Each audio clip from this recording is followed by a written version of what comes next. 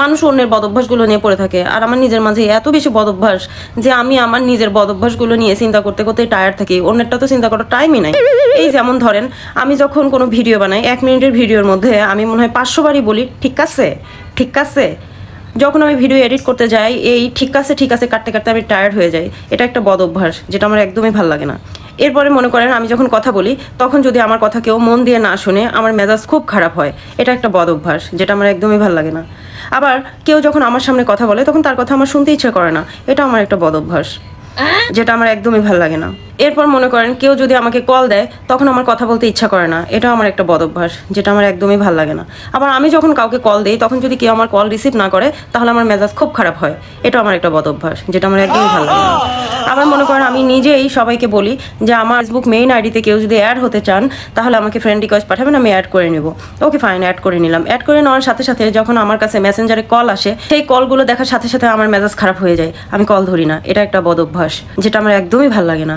এরপরে মনে করেন ফেসবুকে অ্যাড হওয়ার সাথে সাথে একসাথে 100-150 মেসেজ চলে আসে। তো 100-150 মেসেজের উপরে যখন আমার চোখ যায়, আমি চিন্তা করি যে এই মেসেজের রিপ্লাই যদি আমি দেওয়া শুরু করি, তাহলে 3 দিন 3 রাতেও শেষ হবে না। দ্যাটস ওয়াই আমার মাথা তখন ঘুরানো শুরু করে। আমি ওই সব মেসেজ দেখিও না, কারো কোনো মেসেজের রিপ্লাইও দিই না। এটাও আমার একটা বদ অভ্যাস যেটা আমার একদমই ভালো লাগে না। মানুষ খাইতে বসে, আবার ধরেন মানুষ খাইতে বসে কত সুন্দর ধৈর্য নিয়ে আস্তে আস্তে ধীরে ধীরে খায়, আর আমি খাইতে বসার সাথে সাথে আমার খাওয়া শেষ হয়ে যায়। এটাও আমার একটা বদ অভ্যাস যেটা আমার একদমই ভালো লাগে না।